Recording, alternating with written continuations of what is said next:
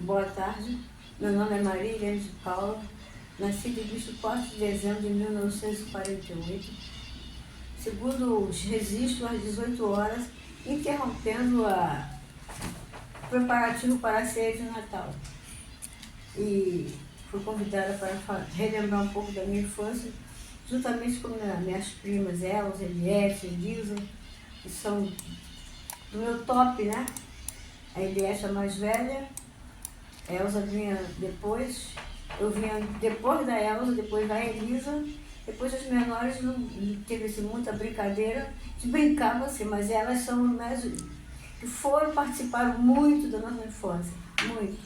E até se mudar a gente estava junto. A minha infância eu posso dizer que eu, meu irmão, minhas primas, que são mães desses dois jovens bonitos que estão aqui à minha frente, fomos muito felizes, porque a gente tinha liberdade de brincar. Muita liberdade. A gente inventava brincadeira no quintal, brincávamos muito, então como eles, eu era só eu e meu irmão. Na casa da minha tia Santa, era muita gente. Então, como nós éramos só dois, nós íamos para a casa dele, lá para o quintal, para fazer bastante zoada, bastante bagunça. Então foi uma infância abençoada, brincava, meu irmão tocava violão. A gente brincava de tudo, brincava de polícia, brincava de rádio, né? Tinha Rádio Nacional, Rádio Jornal do Brasil, que a gente gostava muito de ouvir. E tínhamos também a participação dos nossos primos mais velhos, que eram o Zé Nilo e o Arilton, né? Que eles chamavam mais de Arilton, que eles perturbavam muito eles. O Zé Nilo trabalhava no Jornal Globo e ele trazia o jornal. Então, quando ele tentava ler o jornal, a gente ia lá e pegava eu e a Elza e a Eliette pegávamos a parte da história e quadrinho para poder ler. Ele ficava desesperado, porque ele sumia com aquela parte do jornal. Todo mundo queria ver história e quadrinho, porque não tinha televisão. A nossa divertimento era ler, esperar os índios chegar com o jornal para a gente ler. E nós éramos muito unidos em todos os detalhes. E a nossa infância ali na comunidade chamada Barro Vermelho, como é chamada até hoje, foi muito abençoada. A gente tinha vários amigos, mas a gente brincava mais em família. Tinha também a Penha, filha da Dona Júlia, e São Antônio, tinha uma vendinha, né? Me chamava de tendinha, né? A gente chamava ele de Antônio Gordo, que ele era motorista de ônibus.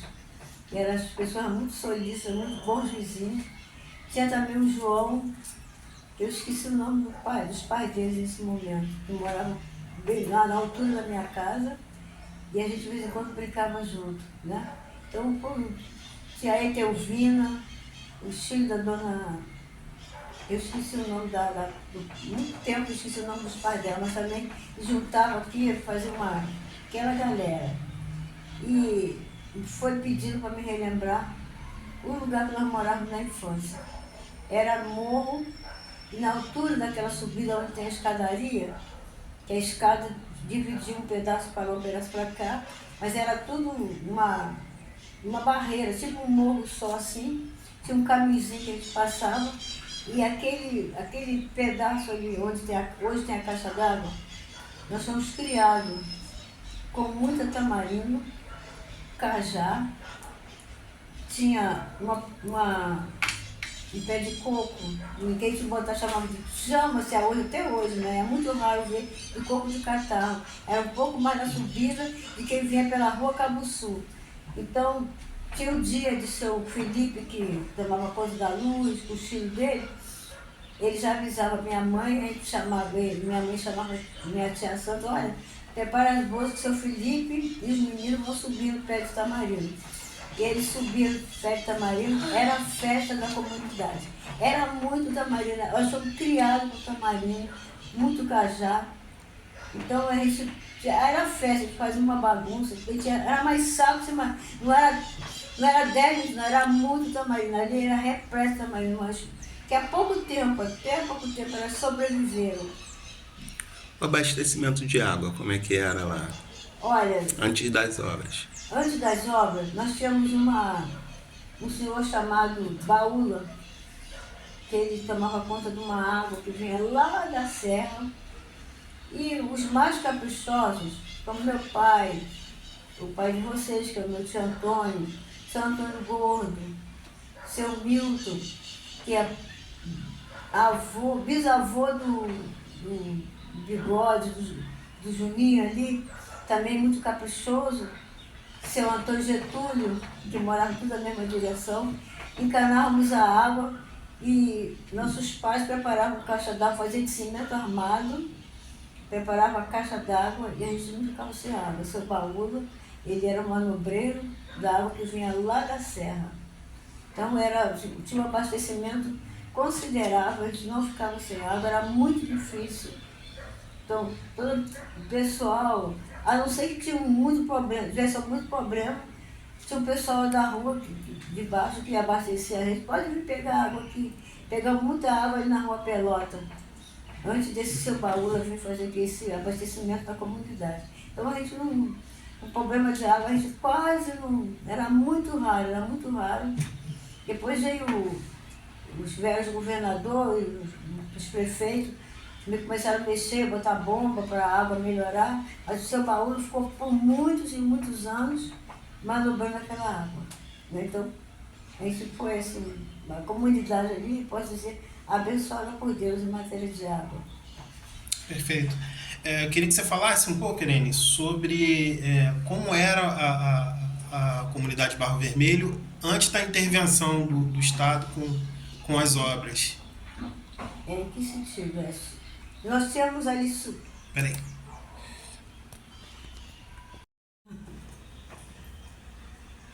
Bem, a subida ali para o morro, onde hoje tem aquelas casas, para quem vem da Barão do Bom Retiro, subindo a ladeira, tinha um caminhozinho feito pelos próprios moradores, era assim um barrancozinho, e tinha o seu Felipe, que eu disse antes, ele vendia querosene, ele tinha uma tendinha junto com os filhos, e subia ali o caminhão para abastecer a tendinha dele, inclusive o caminhão de querosene, que me parece que eu estou vendo até hoje. Naquela altura, até ali, até onde é aquele terreno baldio, tinha uma passagem assim, feita pelos moradores, que servia também para a gente caminhar, passava. E ao acesso, quem vinha pela rua Cabo Sul, pegava pelo Cabo Sul, tinha um caminhozinho, que hoje é onde é a caixa d'água, tinha um caminhozinho que a gente passava por ali para ter acesso, tinha um terreno, né? Embaixo da casa do seu Felipe, tinha um terreno, um espaço muito grande, então era o caminho que a gente tinha acesso à nossa casa, os moradores. Ou por esse caminho, ou era por esse caminho que o caminhão fazia, o carro ia até ali. O caminhão fazia até ali, carro, ou quem vinha pela rua Cabo Sul também tinha acesso. Então nós subíamos, nós morávamos ali embaixo, né? Então era tranquilo, a benção. Mas quem morava, por exemplo, a parte que dava mais para o lado do Barro Preto, inclusive nós temos uma filial da nossa igreja lá, e eu, por exemplo, subia com o coração na mão. Meu coração acho que vinha na mão e eu tinha pavor, nem olhava. Mas eu acho que aquilo já era labirintite, que depois, mais tarde, eu fui descobrir que tinha. Eu subia ou no colo do meu pai, ou no colo do avô falecido pastor Uziel. Ele me carregou muito para subir, eu chorava. Quando eu passava por ali, depois a gente descobriu um outro caminhozinho por trás, que era tinha menos perigo, a gente sempre descia por ali, mas como ele era mais perto, mais rápido, eles passavam ali em casa. Minha mãe ia subindo devagar, eles botavam no colo e subia aquela... E hoje é a casa foi um muro prateado, a casa que foi do prateado, ali E se você pegar a passarela onde eu moro, for lá pro canto, você vai ver um pedaço dessa pedreira ainda. A pedreira muito linda. Foi muito fogo que a companhia deu para poder fazer aquelas casas que estão ali. Inclusive ali, as nossas casas, as casas de baixo, todas eram para ser construídas, levou muito dinamite. A gente tinha que abrir as casas, sair de casa, aí se afastava, os engenheiros botavam isso num lugar bem distante, para dar fogo para quebrar as pedras. Então, aquelas casas, principalmente as casas de baixo, são muito seguras. E ali foi começando a nossa adolescência. Vendo as casas ser construídas. A minha casa foi a primeira casa que eles chamavam de casa modelo. Dr. Walter, Dr. Fernando, Dr. Gideorando. Fernando era Fernando Dias? Fernando Dias. É o doutor Fernando Dias, a rua é por causa do doutor Fernando. E a Gilderando de Castro. E Gilderando, também. Foram um dos engenheiros, era doutor Fernando e outros, doutor Fernando. Gilberto, né? Doutor Gilberto Cofal, que é a rua, que é a passarela que a gente mora. Levaram, a maioria daquelas passarelas tem o nome dos engenheiros. Sim. E antes as casas eram, como é que era? Madeira? Como é que Olha era? só, Já tinha concreto? como eu disse, muitos moradores ali eram pedreiros. Então eles usavam muito antigamente pouco tijolo, usavam mais estuque, que era, botava aquelas ripas, né? Fazia a ripa vertical e horizontal e botava barro. A minha casa ficou uma parte assim, outra parte meu pai começou a levantar tijolo. Foi quando a Coab, né, que hoje é a SEAB, entrou, então parou. Mas as nossas casas eram muito bem construídas, muito bem feitas. E era até maior do que a atual. Era até maior do que a atual, porque tinha uns 3 quartos, cozinha, banheiro. Ainda tinha o espaço nos fundos da casa, que eu disse que ele fazia divisão com a casa da vovó Santa, né? Com a minha casa. Então, essa foi o princípio da nossa adolescência ali. Vendo aqueles pessoas construídos. Inclusive a minha mãe, Dona Irene, se alguém for ler essa história ou ouvir, vai lembrar dela, ela fez uma pensão para dar comida ao pessoal, que a maioria veio de Minas para trabalhar ali e dormiu num barracão feito lá no início da comunidade. Vó Irene. Olha, minha mãe, com a chegada dos trabalhadores, com a chegada do movimento, eles ficaram muito perdidos, porque muitos vieram de Minas, outros vieram do interior do estado do Rio, que era Guanabara, né? Então ficavam perdidos e minha mãe teve a ideia, eles ficavam procurando comida, minha mãe teve a ideia de fazer a pensão. Então a maioria dos trabalhadores, das pessoas desses meninos, né, que eles chamavam, que vieram para cá, pediam pensão. Minha mãe dava café da manhã, almoço e janta. Então virou uma pensão da Dona Irene. Às vezes minha mãe estava descansando, a Dona Irene tem comida, minha mãe, calma, que acabava o almoço, né? Ela não tinha muita saúde, mas ela sustentou aquela obra com comida ali. E o pessoal pagava direitinho, porque os encarregados ficavam de olho. Eu fazia a anotação do pessoal que pegava para pagar depois. Eles recebiam por semana, então tinha nome, tinha um caderninho, botava nome por nome e depois eles iam, pagavam direitinho. Tem até um menino que, se eu estou falando, estou vendo direitinho, o apelido dele era Pernambuco. Ele falava muito engraçado, ele não falava Dona Irene, ele falava Dona Irene. Aí minha mãe dava aquela refeição para eles. E assim nós fomos vendo o despertar de uma nova comunidade. Quando começou, o pessoal ficou espantado e muita gente teve que ser removida, muitos vizinhos, porque não tinha condição de pagar a mensalidade que a Coab colocou. Então, o governador Carlos Lacerda, muito preocupado com moradia, foi quando apareceu também a Cidade de Deus. Muita gente foi removida para a Cidade de Deus, outros lá para a Vila Kennedy. Tem até moradores, pessoas antigas que moram lá, filhos que moram lá, foram removidos, né? Muita gente saiu de lá porque não tinha condição de pagar e muitos permaneceram, né? Tem filhos, netos de pessoas, alguns já faleceram, mas ficou os remanescentes. E aí a gente viu, e antes, vou dar um retrocesso aqui, para falar como começou essa história Um certo dia que estava todo mundo lá na comunidade e começou a aparecer um movimento de polícia, disse aqui, um falatório, né? A gente era criança, não se ligava muito dessas coisas, mas as pessoas ficaram atento, porque estranhou, veio a laje para cortar a luz, veio a comunidade dizendo que ia ser despejada porque a dona Nícia falou que aquele terreno pertencia a ela. E ali na rua Caimbé, até quando eu passo na casa dela hoje, existia um homem chamado Coronel Paulo. E a empregada deles morava ali há muitos anos. Mãe do Luiz, ele chamava ele de Luiz Cerveja Preta. Ele gostava, e por causa dela ele tomou amizade com a comunidade. Então ele estava em casa, quando soube que a polícia estava lá para botar os moradores para fora.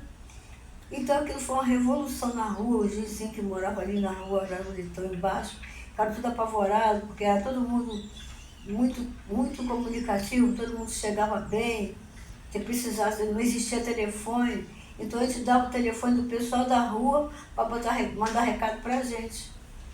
Então foi criado ali, morou o Dilermando Reis, morou o Ratinho, que era violonista. Então, a professora Isabel Mendes, que tem o nome da escola dela, morou numa da rua ali embaixo, tem a casa dela até hoje, moram outras pessoas, né? Mas a casa dela permanece até hoje. Mas a Casa do Ratinho também. E moram outras pessoas famosas ali na rua. E o Coronel Paulo morava na rua Caimbé. E ele gostava muito da comunidade, muito do povo. Quando faltava água, que era muito difícil, uma coisa aconteceu, alguma coisa de as canas arrebentar, porque era encanamento geralmente feito à mão, assim, pelos moradores. Às vezes dava problema lá na estrada, aí vai ficar sem água. Ele prontamente, pode vir pegar água aqui. E tinha uma casa da esquina da rua Bicuíba, com Pelotas, deu muita água, ele chamava da Casa da Borracha. Era chamada Casa da Borracha, que a moça botava a borracha ali fora do muro e a gente pegava água ali, né? Então, essa foi assim, a nossa infância, foi vivendo ali. E quando chegou esse dia que quiseram botar o povo para fora, o Coronel Paulo chegou e, com muita educação, se apresentou. Antes dele se apresentou tudo o que estava acontecendo, e o pessoal tudo alvoroçado, correndo, o pessoal chegando do trabalho, os maridos chegando do trabalho, né? Porque a polícia vai tirar a gente daqui. Ele não se apresentou como coronel. Ele chegou como pessoa para saber o que estava acontecendo. E foram chamar ele lá. Aí ele chegou com muita educação. E os policiais, né? Se impondo, antigamente havia muito respeito com a polícia, se impondo. Eles não, vamos tirar a identidade de vocês. Aí ele tirou a identidade, se daqui ninguém sai. Coronel do Exército. Aí ele falou, vamos tratar do assunto, acalmou o povo, vamos conversar. Ele se comunicou então com as autoridades do Estado, que era o governador Carlos Lacerda, e o Carlos Lacerda chamou a dona Nícia Laus, que é aquela ruazinha que ele chama a Rua do Redondo, né? Tem o nome dela ali. E conversou com ela, desapropriou o terreno e começou a construir, chamou cada morador, cadastrou. Foi fazendo as casas, a primeira casa foi a minha, aí foi, conforme foi a casa, serviu de ponto de apoio por muito tempo ali para organizar o pessoal. Tia, eu vi passarinho! Sem derrubar a casa, a nossa casa a antiga. Aí foi cadastrando todo mundo, levou na SEAB. Quem tinha condição de pagar ficou. Quem não tinha, como eu já disse, foram removidos, né, para a Cidade de Deus, ou para a Vila Kennedy. E outros lugares, quem tinha parente, foi para a casa de parente, quem não quis ir para lá, porque lá não pagava, né? E assim nasceu a comunidade Barro Vermelho, a nova comunidade Barro Vermelho. Foram construindo a casa, aí foi fazendo as passarelas aos poucos, foram instalando as água, aí foi mudando os relógios, que era tudo relógio. Eu me lembro que eu aprendi a tirar conta de luz quando era um relógio antigo. O Filipinho, o filho do seu Felipe, que tomava conta, responsável pela luz, para pagar a light, ele me ensinou como é que tirava a luz. Você está falando, estou vendo muita coisa à toa. Estou só tirando porque, conforme vai falando, que a gente vai lembrando, né? ele me ensinou como é que tirava a luz. Ele, quando chegava lá, a conta de luz da minha casa estava feita, porque eu não sabia como fazer, que ele me ensinou. Ele só passava um recibo e minha mãe e meu pai pagavam ele. Então assim foi. Aí foi fazendo encanação do esgoto. Porque, por exemplo, na minha casa, a casa da sua avó, não, na casa da tia Rita também, que era vizinha, mas a gente chamava, tinha muito carinho por ela, só por tia Rita, era tudo encanado direitinho. O esgoto não era assim, cá embaixo jogava na rua, fazia uma encanação para jogar na rua, mas não corria a céu aberto.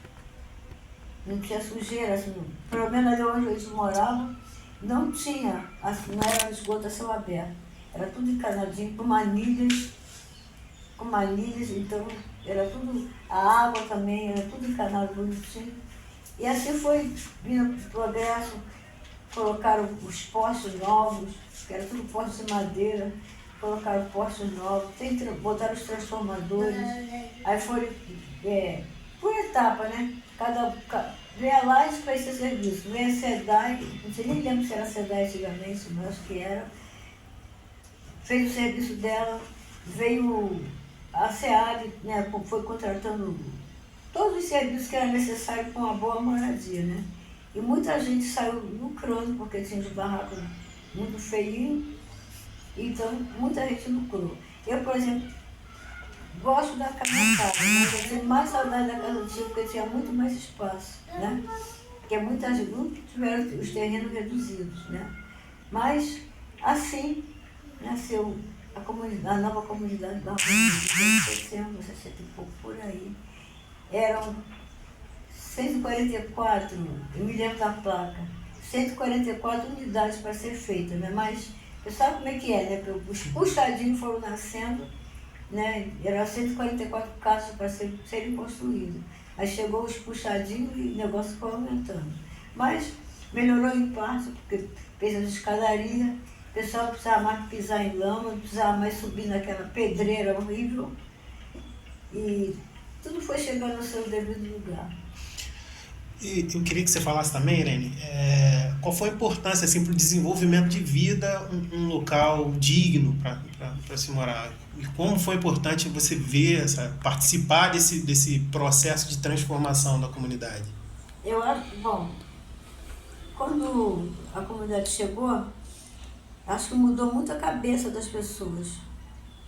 Muitas pessoas começaram a ver que a vida tinha um outro sentido, que não era só barraco, que não era só lama, que não era só falta d'água, que não era só uma luz, mequetreque, conforme se costuma dizer, que podia ter uma boa iluminação, e isso clareou a mente de muita gente. Daquele lugar saiu até escritor, uma escritora que no momento eu não esqueci o nome dela, mas uma menina que foi criada ali, hoje ela virou uma escritora.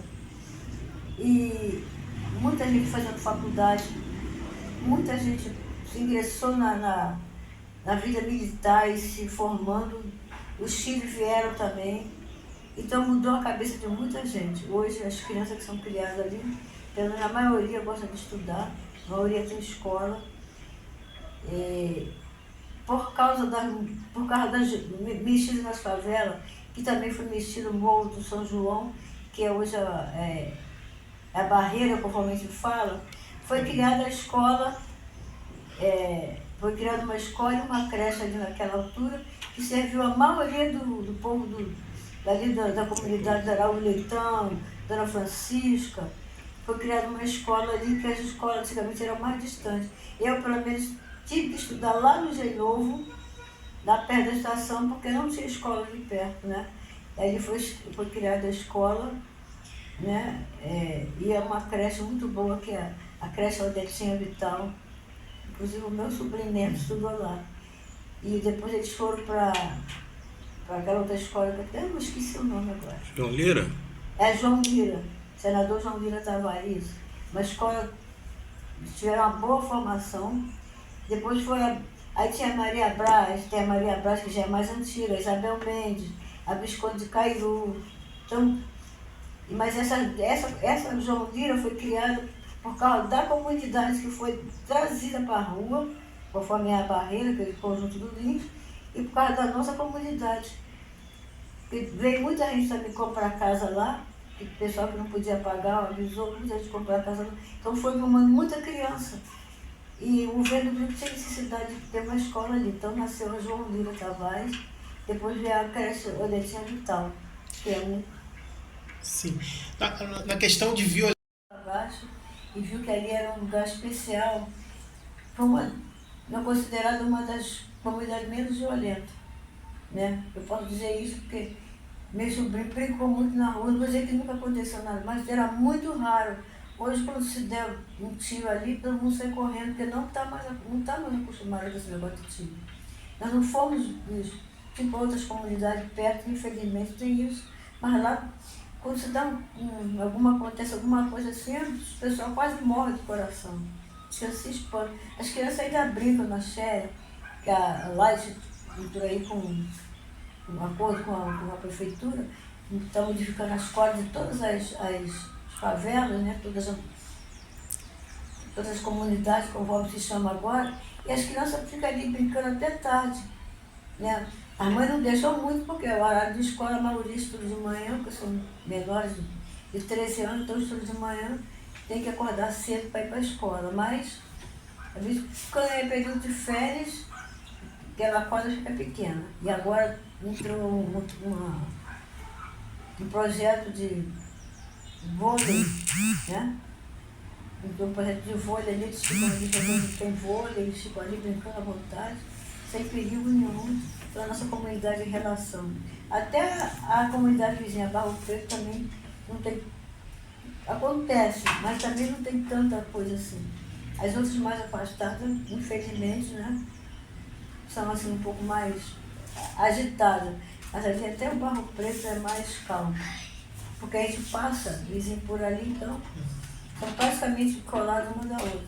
Né? Infelizmente, quando era para fazer a Barro Preto, foi que entrou a situação do governador Carlos Lacerda ter o mandato dele terminou e ele indicou, se eu não me engano, era deputado na época, o deputado Fresta Ribeiro, para o povo votar nele.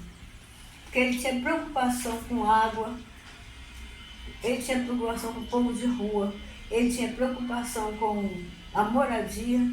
E quando esse indicado por ele perdeu, eu me lembro do pronunciamento dele na rádio. Ele disse, olha, o povo, era o antigo estado da Guanabara, o povo do estado da Guanabara vai sofrer muito com moradia.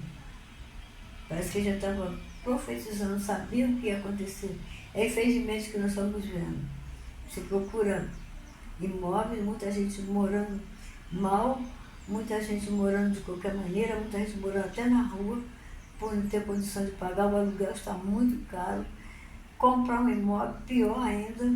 Então eles já anteviam, tinham os projetos deles, acho que se mexerem lá nos papéis antigos, vão achar os projetos que ele tinha feito para todas as comunidades, inclusive o Morro do São João, que voltou a ser ocupado de qualquer maneira. Ele tinha projeto, porque ele tirou o pessoal lá para os blocos do Lins.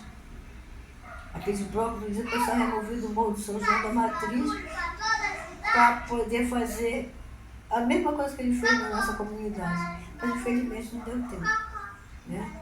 Perfeito. E por último, eu queria que você encerrasse falando um pouco sobre a importância do olhar político para as comunidades mais periféricas e como isso pode transformar a realidade da população.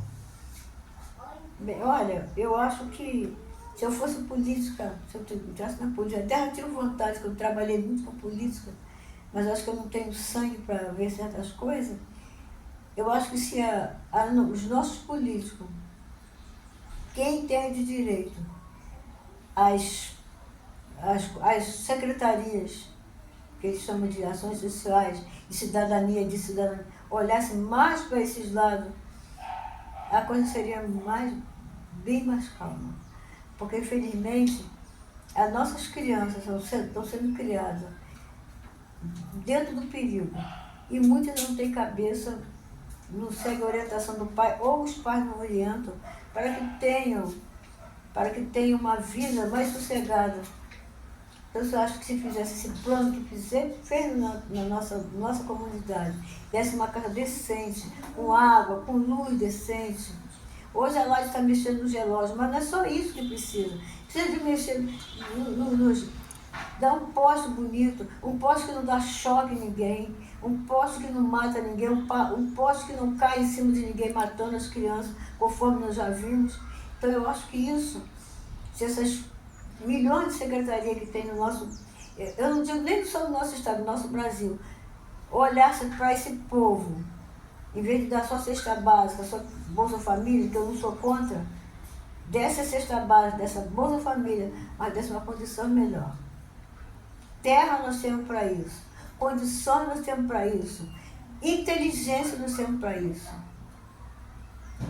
Por que não faz não pega esses terrenos, não faz blocos de apartamentos conforme foi feito Tano Lins, e coloca as pessoas, cobra um valor simbólico, para que também a pessoa não fique só no Deus me deu, não. Pega, ou então faz casas. Não é Casa Minha Vida que faz uso de desalma ainda, é uma casa decente.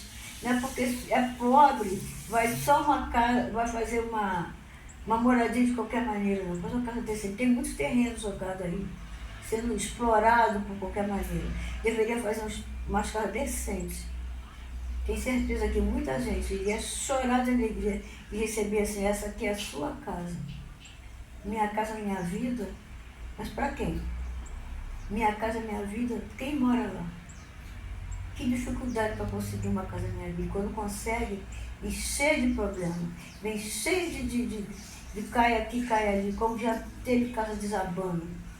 Então eu acho que o nosso pedido, né? Eu moro numa casa direita, mas o nosso pedido, eu já tenho parentes precisando de uma moradia, sem condição de poder comprar um apartamento, sem condição de poder comprar uma casa. Vai pedir um empréstimo, faz um monte de obstáculo. Tem que ter isso, tem que ter aquilo, tem que ter emprego. Tem emprego também quase não existe. Então eu acho que o governo, né, nosso governo, a nossa secretaria, deveria olhar com muito carinho para o povo. Porque, querendo ou não, é o povo que coloca isso lá dentro. É o povo que elege eles. Aliás, somos nós que elegemos eles. Se não vocês resolver parar de votar, ninguém mais sai, ninguém mais entra. Então, se eles estão lá, é porque o povo confiou na moradia. Então, uma boa moradia muda a cabeça das pessoas. Você tem um lugar saudável, podendo recostar a sua cabeça, podendo beber a sua água tratada, podendo ter a sua luz digna, faz muita diferença. Então, se esse apelo chegar até as autoridades, e com o apelo de quem vive essa experiência de mudança de vida. Perfeito. Muito bom, Helena. Obrigado. Sobre pensaram em fazer condomínio e que as pessoas passavam. Quando foi construída a casa, a ideia inicial era fechar mesmo com os condomínios cá embaixo, na entrada da Araújo Leitão, porque a nossa entrada era Araújo Leitão 839, né? Era fechado no 839 e fechado em cima na estrada, para que só tivesse acesso os moradores, né? Mas aí, por causa do acesso de pessoas que moravam do outro lado, desciam por ali, começaram a reclamar, tem que dar a volta, porque o Barro Vermelho pode ser um acesso para Araújo Leitão. Então, muita gente que mora na estrada, que mora no Barro Preto, bem lá em cima, sai para vir pegar ônibus cá embaixo, desce aqui pela escadaria. Então, mas a ideia inicial era fechar lá embaixo e lá em cima, fazer verdadeiramente um condomínio. Você falou também da autoestima, como as pessoas passavam e admiravam as casas também. Pessoas passavam e falavam assim, agora eles são ricos. Falavam que a gente era rico porque não se carregava mais água com lata de 20, nem lata de 10, né? Eu carreguei muita água na lata de 10 quilos de manteiga. Então não se carregava mais água, não se pedia mais água de borracha na rua. Então, o pessoal que via das comunidades para lá invejava. Inclusive, eu vou citar um fato, foi muito que é bem, um pouco mais recente. Eu comprei um celular, esse celular deu defeito. E eu fui então autorizada para trocar, para consertar o celular, mas o celular veio com muito problema. Então a operadora na época mandou um comunicado que ia me dar um celular novo. E mandou um rapaz, um motoqueiro, estava começando essas entregas, né? E veio um motoqueiro e ele perdeu o número da casa, foi subindo direto, porque casa 3 tinha muitas. Ele subiu. Aí falaram, não, é lá embaixo, é no princípio, é a primeira casa. Aí ele voltou, aí quando ele achou lá em casa, coisa e tal, entregou o celular, ele falou assim, posso fazer uma pergunta para vocês? Eu disse, pode. Se a comunidade é assim calma assim mesmo, eu subi, desci, não vi nada. Então, a cabeça das pessoas mudaram muito. Tem algum probleminha? Tem, surge, porque infelizmente não é a cabeça de todo mundo, a nossa cabeça não é a cabeça de todo mundo. Mas ele ficou admirado de poder andar, transitar em torno daquelas, procurando casa 3 e não achou nada demais. Ele disse, puxa vida, aqui, esse lugar de vocês é abençoado. Então, isso causou muita inveja. Agora, três pensamentos rápido. É no estalo. Quando você pensa na casa antiga, no que era a estrutura antiga e o que o governo te proporcionou, tudo novo. Então, quero 3 palavrinhas, só 3 palavras que definem o antes e o depois do progresso que você pensa isso aí, sobre isso. Olha, o progresso foi lógico, conforme já disse, se evitou muito barraco derrubado por chuva, muitas subidas, né, dificultosas, mas eu tenho saudade da minha casa antiga por causa do espaço, do quintal que tinha nos fundos e na frente. Eu disse, eu tenho saudade. Que a gente tinha espaço para receber os amigos, para receber. Agora diminuiu bastante. Bom, então é o seguinte, o progresso também tirou um pouco de espaço, alguma coisa que você teve que abrir mão. Exatamente. Então, abriu mão um pouco do espaço para ter mais dignidade, né? Para ter mais contato com... Ser mais, assim, poder receber as pessoas com mais carinho, com mais segurança, né? Porque você sabe que vocês moraram ali um tempão, pode parar carro, pode subir vendedor, que tá tranquilo. Boa. Bom, show.